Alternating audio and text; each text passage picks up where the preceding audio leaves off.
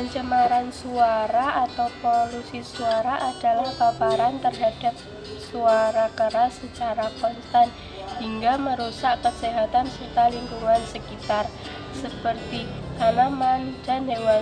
Suara dikatakan terlalu keras dan berpotensi menimbulkan pencernaan apabila berada pada frekuensi di atas 85 desibel.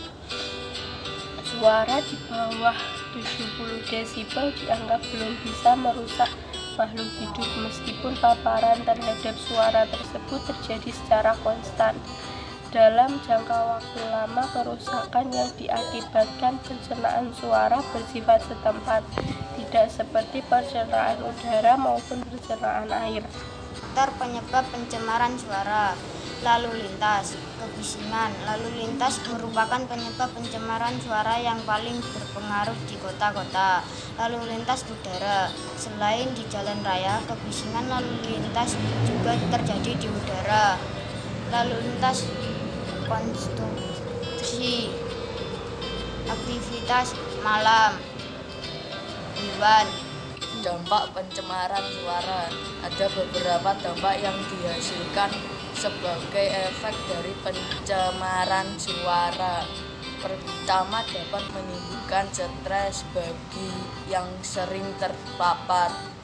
Suara yang mengganggu juga dapat menyebabkan kurang tidur, tidak nyaman sehingga kualitas tidur akan menurun. Dampak pencemaran suara lainnya adalah mengakibatkan peningkatan detak jantung. Penelitian menemukan bahwa suara berintensitas tinggi dapat mengakibatkan tekanan darah tinggi, denyut jantung karena mengganggu aliran darah normal.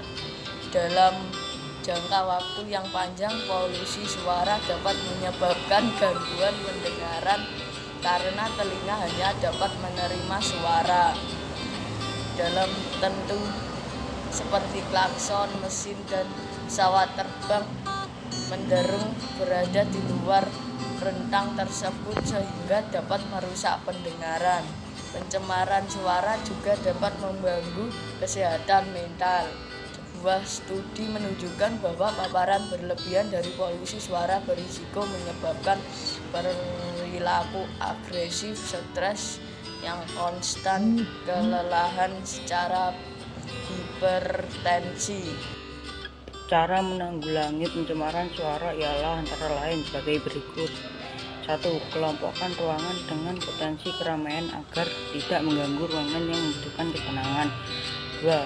Jauhkan ruangan yang membutuhkan ketenangan dari sumber kebisingan terutama di jalan. 3.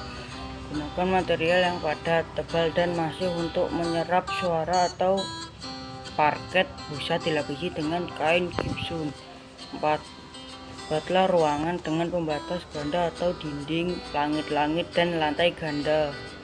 5. Kurangi penempatan bukaan pada daerah muka bangunan yang berhadapan pada jalan yang ramai. 6. Buatlah permukaan yang tidak rata untuk menyebarkan suara. 7. Buatlah pagar atau pembatas jalan yang dapat menyerap atau mencegah noise untuk masuk ke dalam bangunan, atau pagar tembok masif, layar bukit, dan tanaman. 8. Menjauhkan mesin yang berbising dari kamar tidur atau area tenang. 9. Menanam tanaman yang mampu mengurangi kebisingan lingkungan. 10. Habiskan waktu jauh dari kebisingan atau kegaduhan.